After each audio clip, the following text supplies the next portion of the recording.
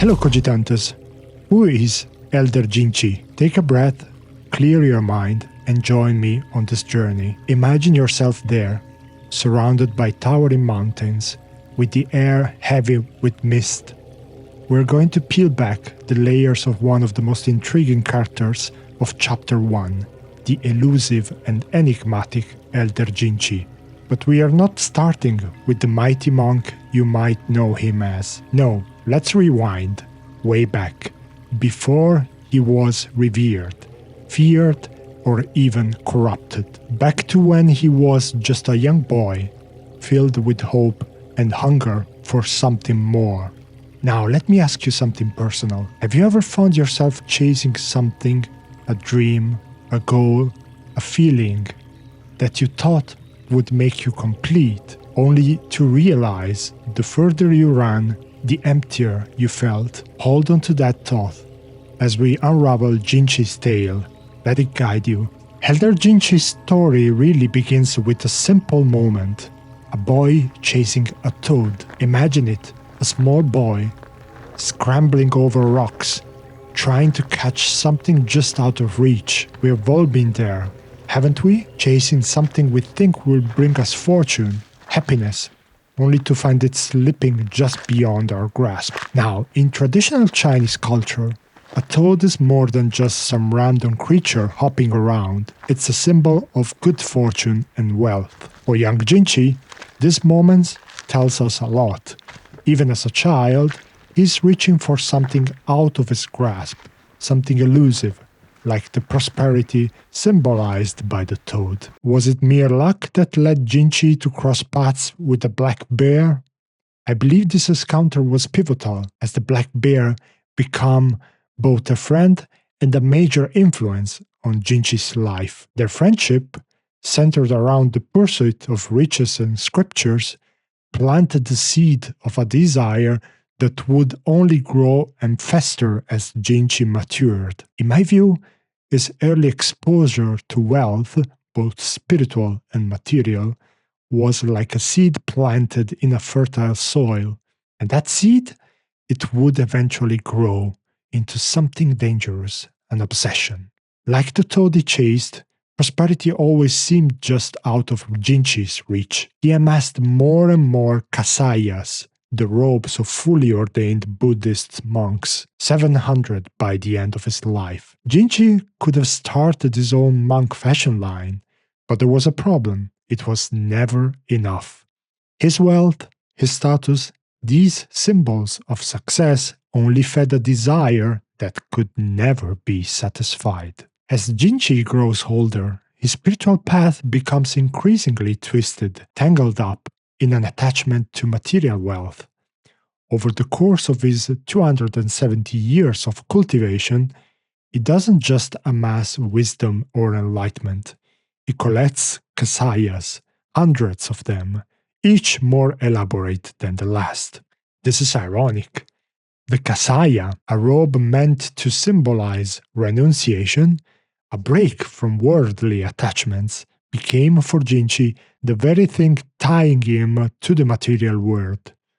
Outwardly, he appeared as the epitome of piety and discipline, a model monk, but inwardly, he was consumed by a relentless desire for more. Enter Tang Seng and the Kasaya of Eversparks. This is no ordinary robe. It's a gift from a bodhisattva, a being on the path to enlightenment. One glance at it, and Jinchi is hooked. This was like anything he had ever seen, sparking an overwhelming greed in him.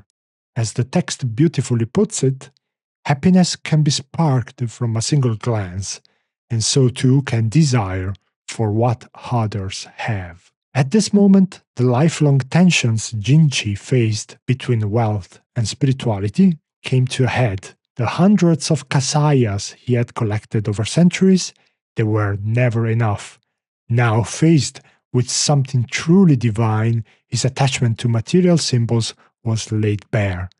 It wasn't about spiritual practice anymore. It wasn't about enlightenment. It was about possession. From a Buddhist perspective, Jinchi's attachment to the kasayas is a textbook example of delusion, which we see reflected in the Dhammapada, particularly the verses on craving and attachment, such as Dhammapada 344. The craving of a person addicted to careless living grows like a maluva creeper.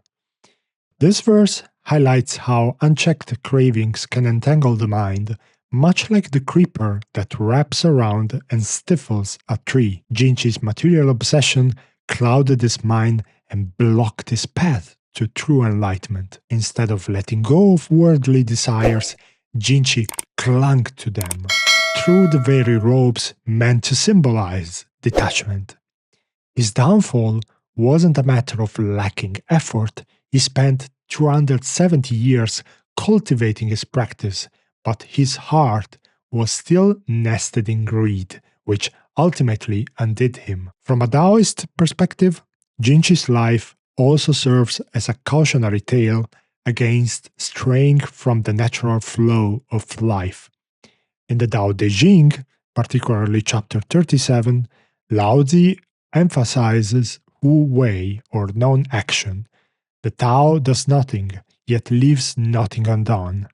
The concept of Wu Wei encourages us to align with the natural way of things, avoiding the restless pursuit that ultimately leads to destruction, as we see with Jinchi. Jinchi's attachment to material wealth and his obsessive desire to possess the kasaya of Eversparks disrupted his natural flow, leading to imbalance and ultimately his destruction. Elder Jinchi's encounter with Tang Seng and Sun Wukong marks a turning point, the moment his long-buried greed finally comes to the surface. Tang Seng, ever wise and cautious, warns against showing the robe, knowing the kind of danger it could attract. But Sun Wukong, rebellious and carefree, insists on displaying it. That simple act lights a fire in Jinchi's heart, a fire that soon grows out of control. It's all about the one robe he doesn't have. Spurred on by his disciples, Guangzi and Guangmu, Jinchi crosses a line. Together they conspire to murder Tang Seng and Sun Wukong, all for the sake of claiming the kasaya of Eversparks. As the text notes, greed can be sparked from a single glance, and the flames of that fire can be fanned to consume everything in its wake. Spiritual path that Jinchi spent centuries cultivating is set ablaze, not by an external force, but by the spark of his own unchecked greed. In Western philosophy, Elder Jinchi's descent into greed closely mirrors Plato's concept of pleonexia, the insatiable desire for more, which is explored in the Republic, Book 1. Plato uses pleonexia to describe the condition where an individual's endless desire for material wealth and power leads them to act against their better judgment. Jinchi, after centuries of spiritual cultivation, likely understands that his desire for the kasaya of Everspark is wrong and contrary to the principles of his faith. However, much like Plato's description of pleonexia, his reason is overwhelmed by his greed. Faced with the radiant allure of the kasaya, Jinchi's spiritual wisdom collapses under the weight of his unchecked desire, illustrating how the pursuit of more can corrupt even those who should know better. For Friedrich Nietzsche, Jinchi's story also highlights the tension between morality and deeper desires. In Beyond Good and Evil, particularly section 10, Nietzsche criticizes religious morality as often being a mask for more primal desires by challenging the assumption that moral virtues, especially those propagated by religion, arise from pure altruism or an innate sense of good. Nietzsche suggests instead that such virtues often conceal deeper, self-serving instincts, particularly the Wille zur Macht, or will to power. He argued that those who present themselves as morally superior frequently do so to gain control over others, or to subdue their own natural instincts in a way that enhances their status or power.